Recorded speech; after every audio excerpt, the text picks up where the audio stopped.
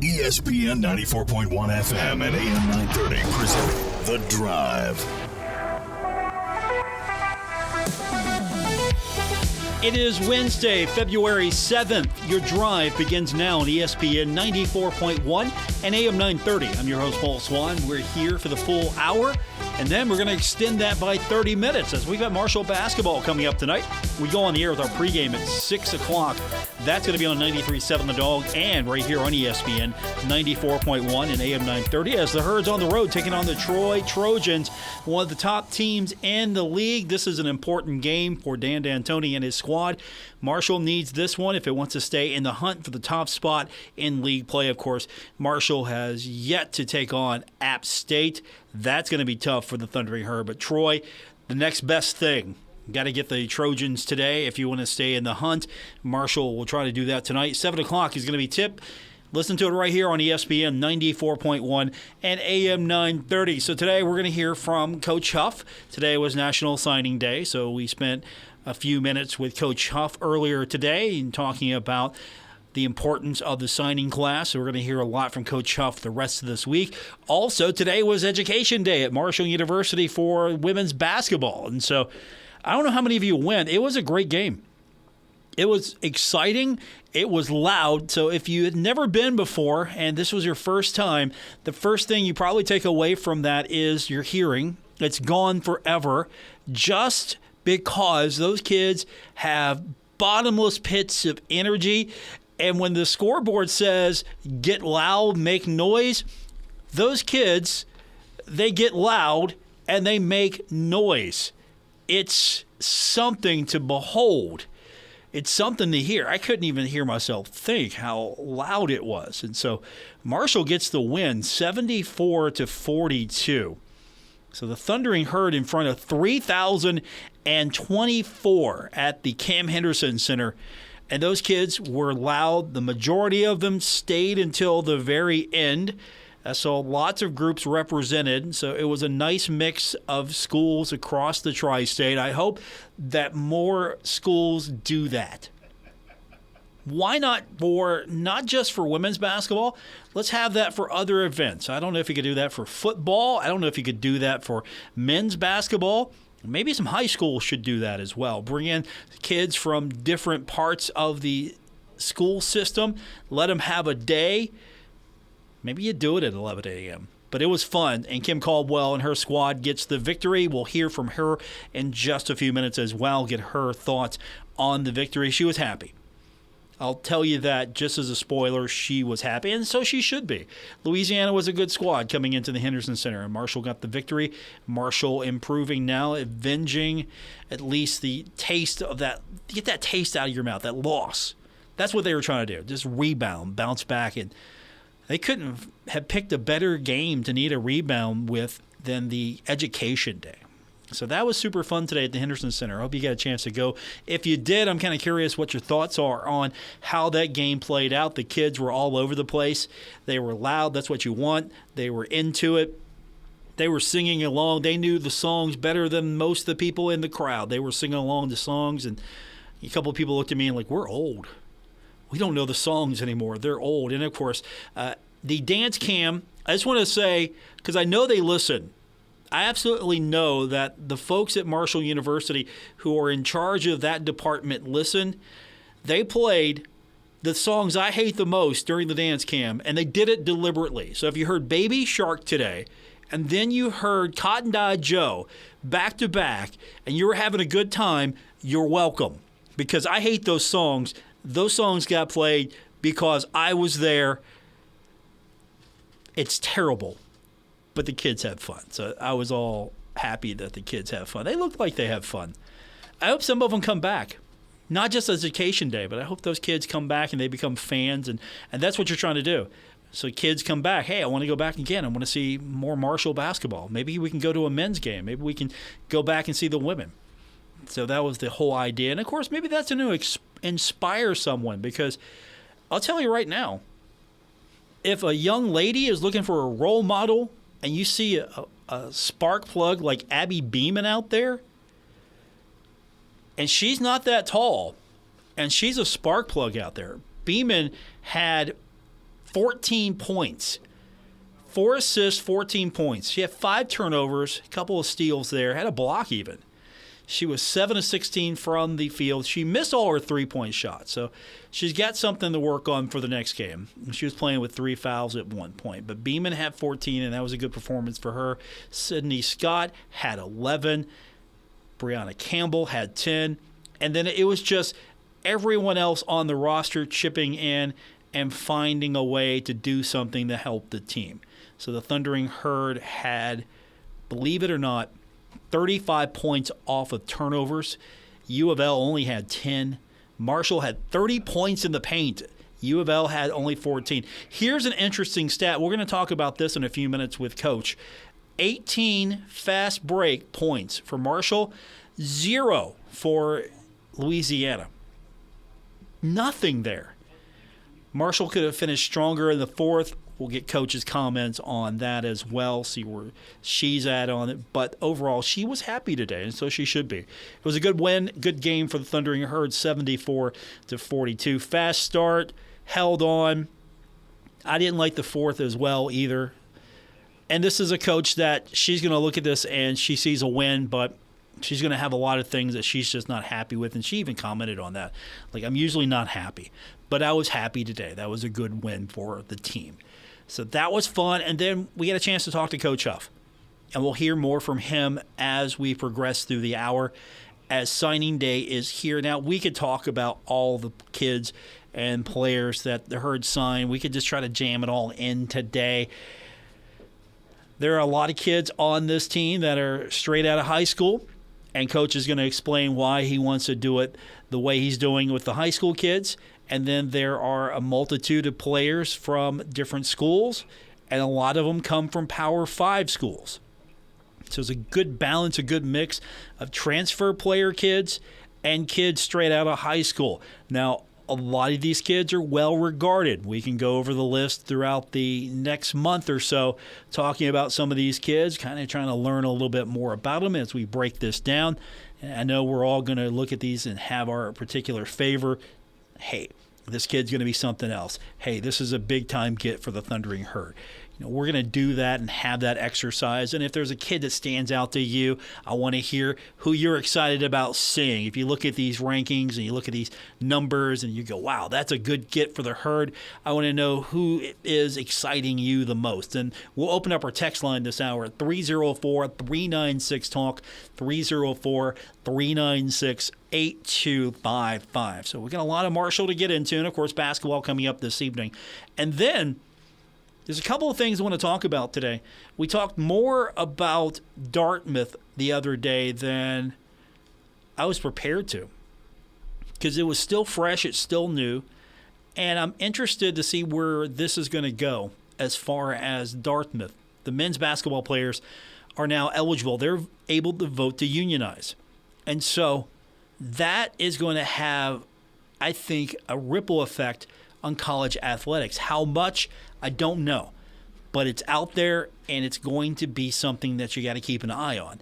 So we'll talk about that a little bit more. I really want to break down what that means for college basketball, college football, just college athletics in general. And then yesterday we got the news while we're on the air that ESPN, Fox Corporation, and Warner Brothers, they're coming together to form a super service, a super sports platform. Now, what's this platform going to be like?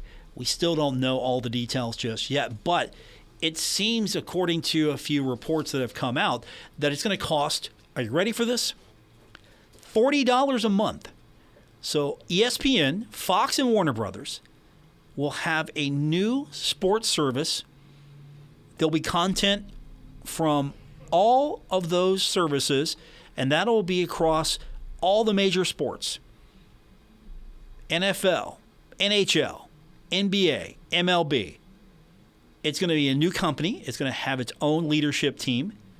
It's going to be a standalone app, and it's going to, according to reports including CNBC, $40 a month.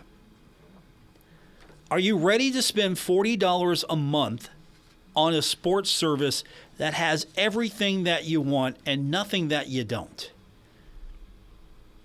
Here's what you could get off of this. And according to these reports that are coming out, and I'm learning more as you are as well, you can bundle this product with current streaming platforms, including Disney Plus, Hulu, and Max. I have Disney Plus, but I have the bundle because it was affordable. I got it early. And so I'm kind of grandfathered in on a different price tier, and I'm keeping that as long as I can because it's a better price. I get Disney Plus and I get Hulu with ads. No big deal. I don't watch Hulu that much. And ESPN Plus. And so that's what I have. And now if I can bundle this in, maybe that's going to be a better deal for me, but I'm still going to have satellite for the foreseeable future. And I already get ESPN, ESPN2, and this is going to be the content you're going to get on this package. So the mothership, ESPN2, the Deuce, ABC, Fox, FS1, FS2, Big Ten Network. Also, you're going to get stuff from TNT, TBS, True TV, and that's going to have all of the major sports leagues. You're going to have college football there. You're going to have basketball there. Soccer's going to be there. Cycling's going to be there. Tennis, golf, UFC. All of that's going to be there. And who is this going to be targeted at? If you're going to be a customer of this, are you going to say goodbye to cable? Are you going to cut that finally? If you still have cable or satellite, do you look at this package and go, I only have cable or satellite because, well, I want to get these channels. I want to get ESPN. The only way I can do that is if I go through my cable provider or satellite. Do you drop cable? Do you drop satellite if you get this sports package? And I'm sure your situation is going to be different. Do you have Disney Plus? Do you have a young family? Are you going to miss out on some of the product already that's on cable? Or do you already supplement that? Hey, look, we have Disney Plus. So the kids can watch the Disney stuff. We're good. We have Max, so there's some of the kids' stuff there. So now we can just drop all of that and just have the streaming services for things we want. And if you can bundle this with Hulu and Disney Plus, you're going to be able to, I'm sure, supplement what you're doing. Your case may vary, but for me, if it was just me, I would almost drop my cable or satellite package for this service. But it's going to be $40 a month. It's not for someone that already keeps cable and is going to keep that service or satellite. I think this is that person who has cut the cable but wants sports, and now you're going to have this opportunity. You can just get the package you want. I want sports. I'm going to get this. I don't want the History Channel. I don't want the Cooking Channel. I don't want all of these other channels that I get. If I want to watch over-the-air TV, I'll put an antenna up, put one in my bedroom. I'll get those channels. I'll get the sports channels. I'm good. $40 a month, I'll be saving money here. Streaming is where it's going to go. Traditional broadcasts for television are going to transform into streaming quicker than I thought it would. I still thought we had a little more time, but now these companies are coming together, merging. 304-396-TALK, 304-396-8255. That's our number to be a part of today's show. We'll talk more about your streaming options. Is this the package you've been dreaming of? And, of course, we're going to get in a little bit more into the situation that's forming at Dartmouth. Basketball players can unionize. What's that mean now for you as far as a college sports fan? Ticket price is going to go up because the union is going to come in, and then costs are going to go up with your favorite college football, basketball team. You got to get the money from somewhere. Are they going to unionize? Are they going to demand different things, different travel arrangements, different practice schedules? piece of the revenue. What's going to happen here? And, of course, you got to find that money somewhere. I think it's going to hit as well eventually in your pocketbook because you're going to be a donor. You're going to be asked to give more. You're also going to have to pay maybe a little higher price at the ticket office. Get those season ticket packages, take advantage of some deals. You might not use all those tickets, but it's still probably going to be cheaper than looking to try to piece together a schedule based on the games you can go to. So many things we can talk about to get into this. And, of course, we're going to hear from Kim Caldwell when we continue, Coach Huff as well. We'll try to get into all of this. And we still have basketball to get into later because Marshall is on the road at Troy. That's coming up 6 o'clock airtime for our coverage on West Virginia and Appalachian Laborers District Council College Basketball today, presented by Liuna, your workforce solution. That's all coming up. We continue on with your text when we are back from break here on The Drive, ESPN 94.1 and AM 930.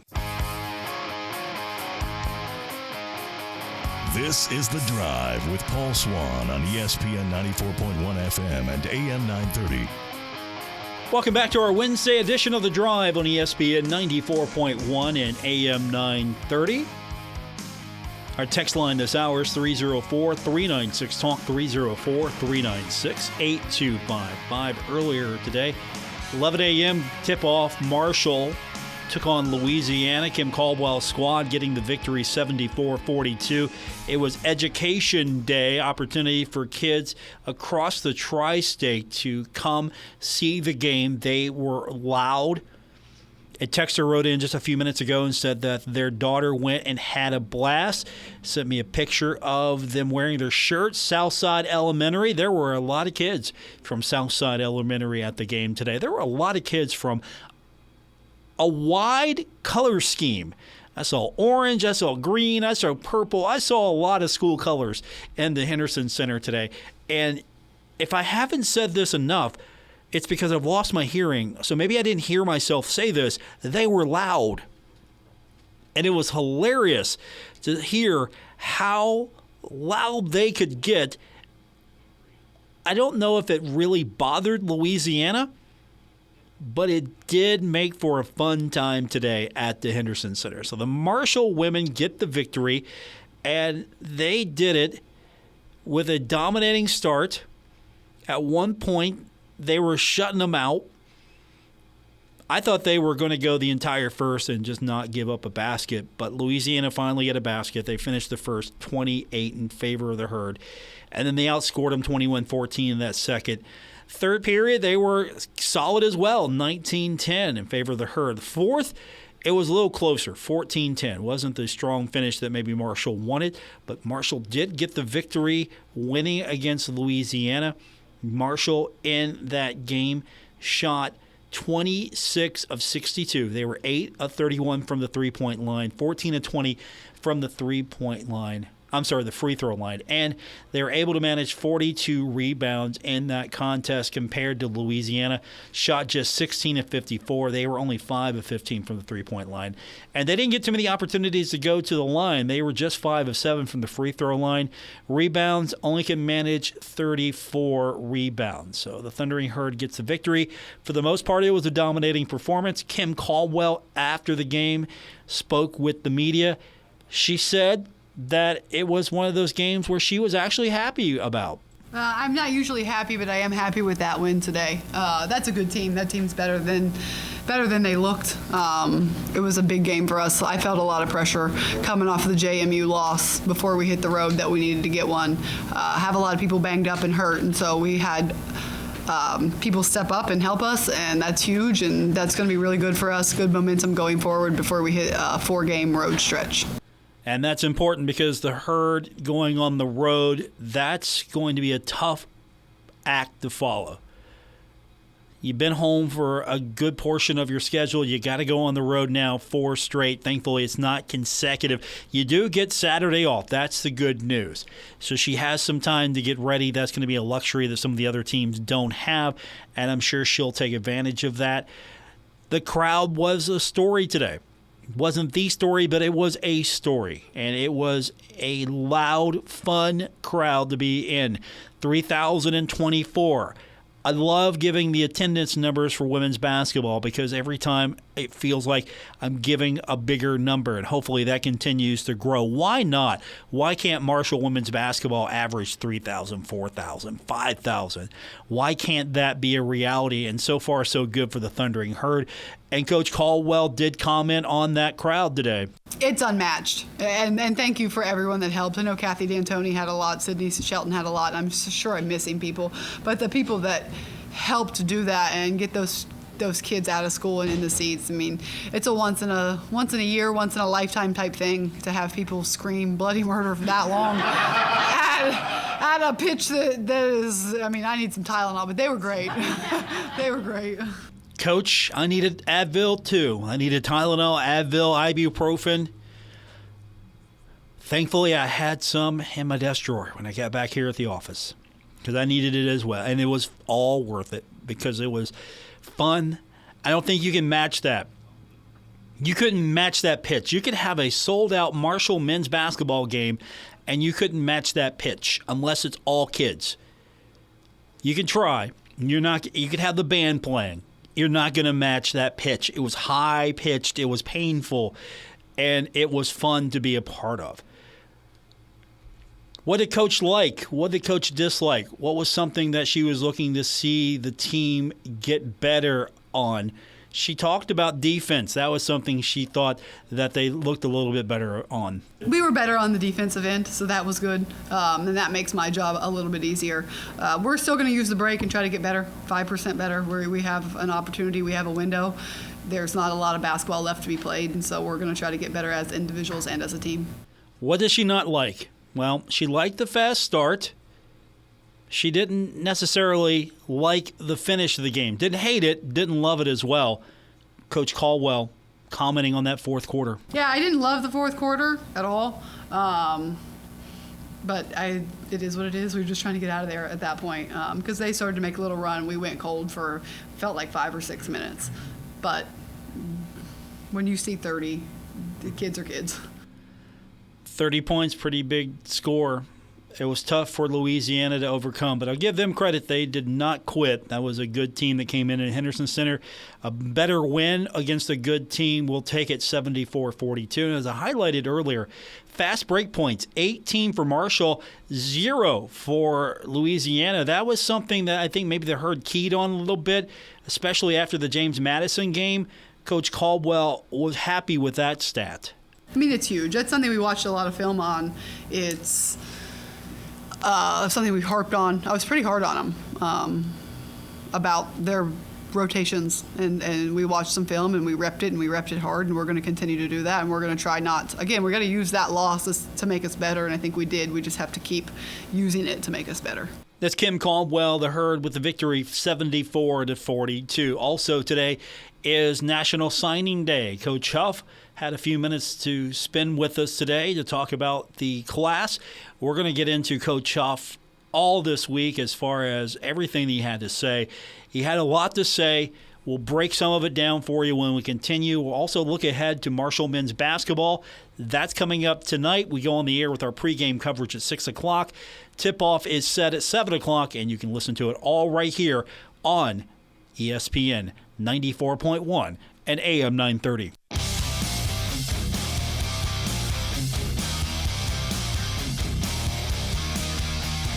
This is The Drive with Paul Swann on ESPN 94.1 FM and AM 930.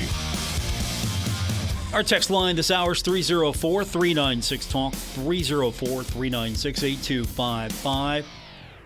Welcome back to our Wednesday edition of The Drive on ESPN 94.1 and AM 930. I'm your host, Paul Swann.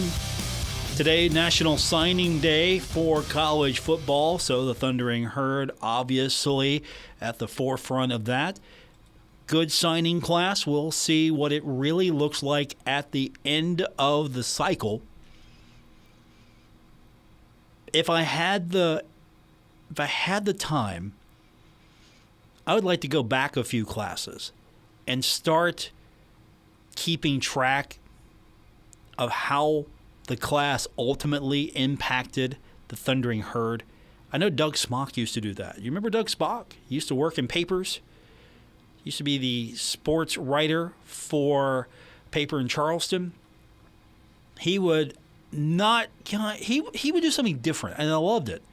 Instead of, okay, here's what the class looks like now, he would, at the end, when everyone was done, okay, here's the impact this class had on Marshall.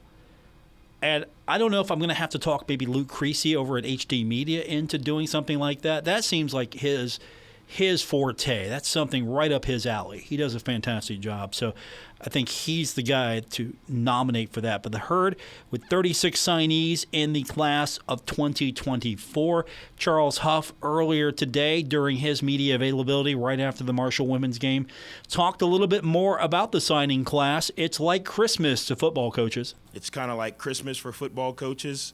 My staff said today, really, it's like a deep breath because now we can actually focus and turn the page on our team. But the numbers are shocking to me. As a football coach or as any coach, you put your head down and you go to work. But a huge thank you to our recruiting staff. They're here today.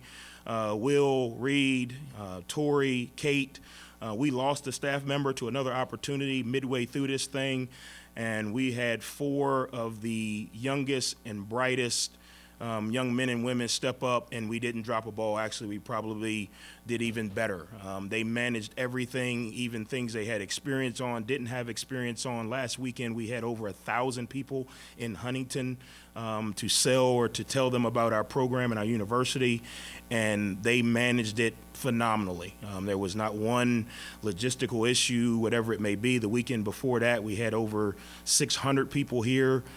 So hats off to them for being able to do that. Hats off to our administration for allowing us to be able to have the space and the facility to do that. Christmas. That's always how they describe it. It's like Christmas. Get to open up the packages, see what you got, recruiting day, opportunity to look ahead, start thinking forward now, not looking backwards, just starting to move ahead now towards the next season. So always a good time for coaches, signing day. And as he outlined earlier, and he went into a little bit more detail, the coaches, he praised them, had a lot to say about his staff. They did work hard. He challenged them. Things didn't work out the way that people thought it would. Coach was disappointed as well. So time to move forward, and he challenged his coaches to work hard, and he praised them for it. Obviously, the coaches have busted their tail. I challenged them at the end of the year. We did not finish the way we needed to finish, but we finished the way we did. So we got to own it. In order to own it, you fix your problems in recruiting. You don't fix your problems by complaining. You don't fix your problems by finger pointing. You fix your problems by recruiting, and that's just not going out and getting other talent. That's recruiting new information. That's recruiting new ways to get better. That's recruiting new relationships with the players we have here. And I think our staff did a phenomenal job of that. Obviously, as you look at it, today is the kind of the end of 2 days that were put together. We signed 36 new football players. 15 of those high school, which I think is a key point, because in order for us to be transformational and not transactional, we got to develop. So we got to recruit young men out of the high schools in order to continue to develop. Do we have to use the transfer portal? Yes. Is it going to be Colorado of the East? No, that's not what we're going to be. But we will use it, when we have to use it to balance what we did. Coach, if you got some shades like Coach Prime, and maybe could work me a promo code out, you could become Colorado of the East. I would wear some Coach Huff shades. I get what he's saying. We're not just going to kick everybody out and transfer portal this. I get exactly what he's saying, but there's a method to the madness. Coach Prime has got his way of going about it. Coach Huff, a little bit more balanced here as far as recruiting kids in high school, recruiting early, not just, okay, let's go get a shopping list together and go get them. There's actually some recruiting going on here. And you look at the class, it includes 15 high schoolers. Now, in this day and age, it's hard for high school kids to get recruited. And the reason being is because now you can go into the portal and you can come out with everything you need, and a lot of those kids are proven commodities. So you have 36 newcomers. You have a third of those kids playing at the Power 5 level, and it's a good balance. You have on offense 8 wide receivers, 7 offensive linemen, 2 running backs, 2 tight ends, 3 quarterbacks. Defense, you have a good mix of defensive linemen, defensive backs, linebackers. It's a good, solid mix of players on both sides of the ball. Coach Huff broke down the class a little bit further for us when we were talking to him. 15 high school young men and 21 transfers. Our philosophy, just so everyone understands, and there's different ways to manage this thing. Some go all portal, some go all high school. Our philosophy is we will always replace the seniors that we lose with high school kids. That way our depth and development stays consistent. So, for example, we lost 15 graduating seniors. They exhausted eligibility. We will always replace those with 15 high school guys. Next year, we're anticipating losing 17 seniors with graduating eligibility. We'll replace those with 17 guys. Sometimes you guys may see on senior day some guys walk but come back. We don't count them unless they exhaust eligibility. Now you know. You lose 15, exhaust eligibility, you go out and you replace them with high school kids. You start working a foundation. Then you go out and get what you need in the transfer portal. So 15 kids from the high school ranks, and that's a good number. Now, how many of these kids are already on campus? It's an interesting number, and there's a reason why not all of them are on campus, but some of them are. Coach Huff explained how many he's got already in the fold. 7 of the 15 high school players are here on campus as mid-years, which I think speaks to the academic prowess that we are recruiting. You can't leave high school early without your degree. And in order to do that, you have to finish your coursework an entire semester early, which 7 of these young men have done. And they are here already on campus.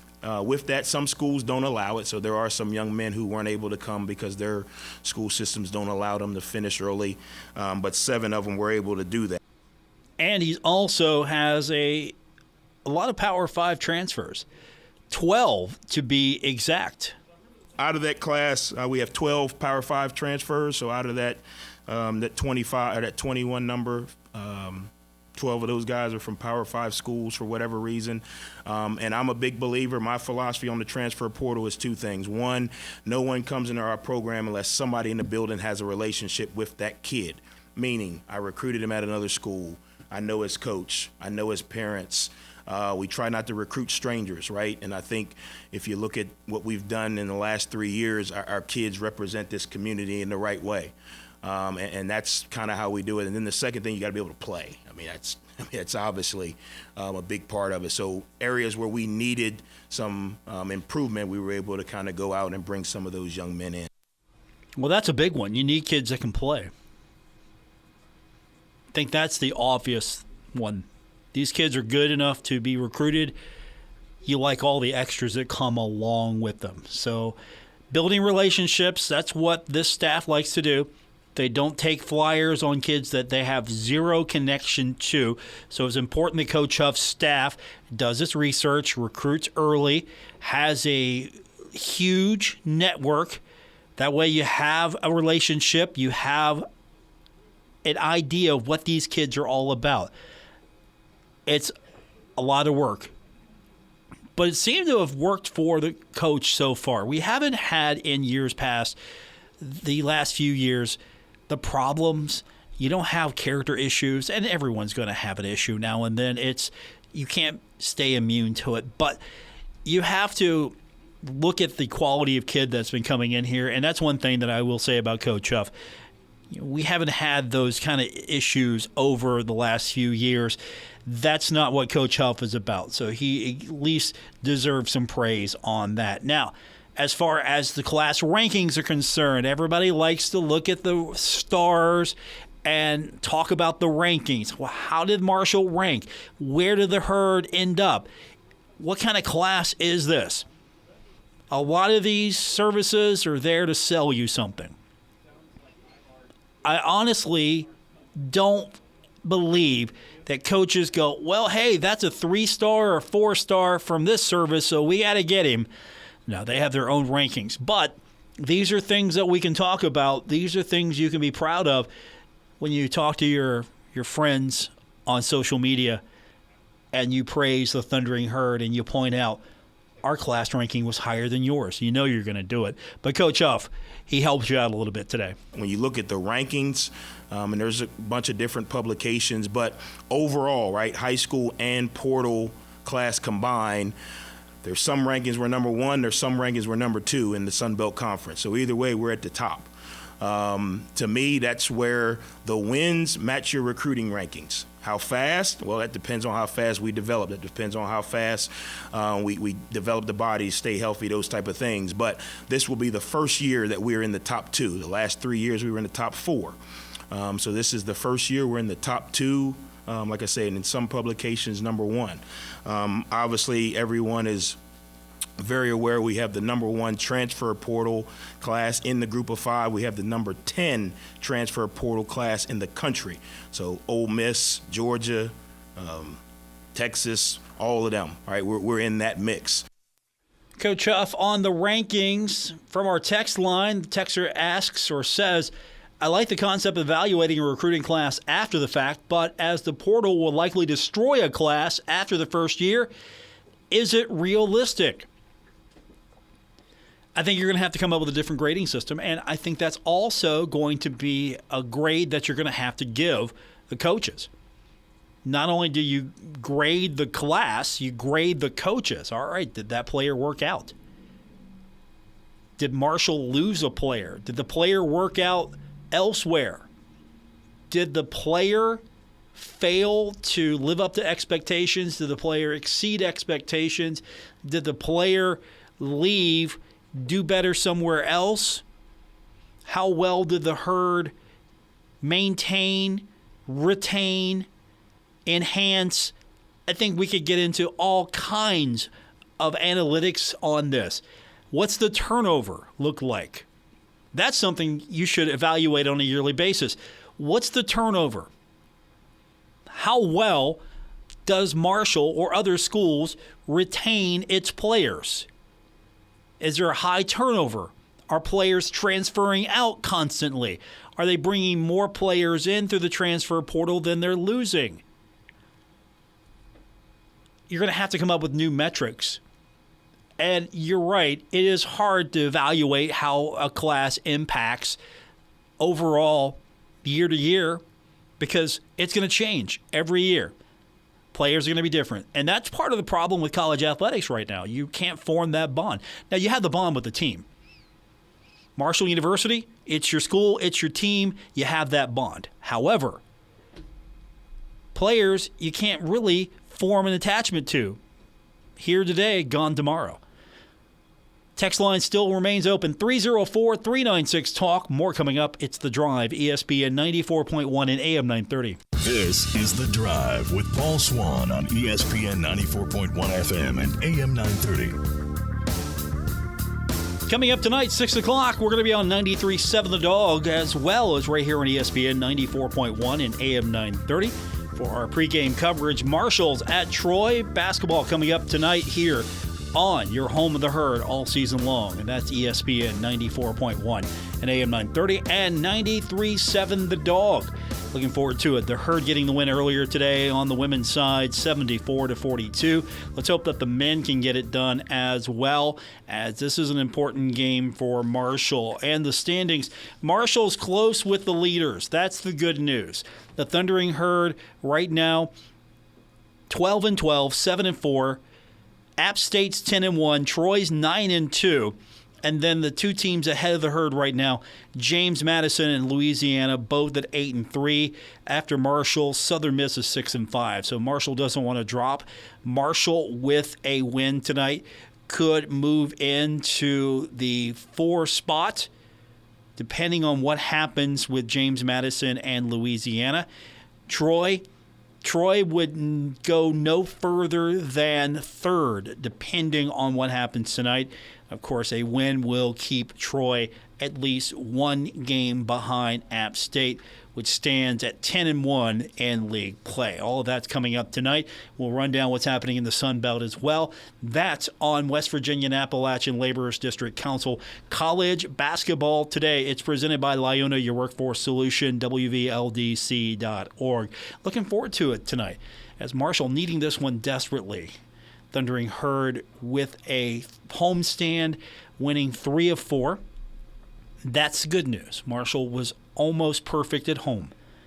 If Marshall could have won all 4 games in the homestand, that would have put Marshall at 8-3 and right there with James Madison and Louisiana. As it stands right now, Marshall can't fall much further. Marshall's going to have to start making some moves and hope some teams ahead lose, and Marshall's got an opportunity to do damage to Troy tonight.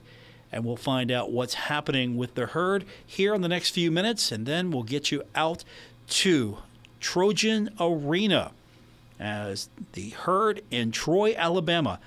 It's an interesting venue, 5,200 seats in Trojan's Arena. So it's a smaller venue.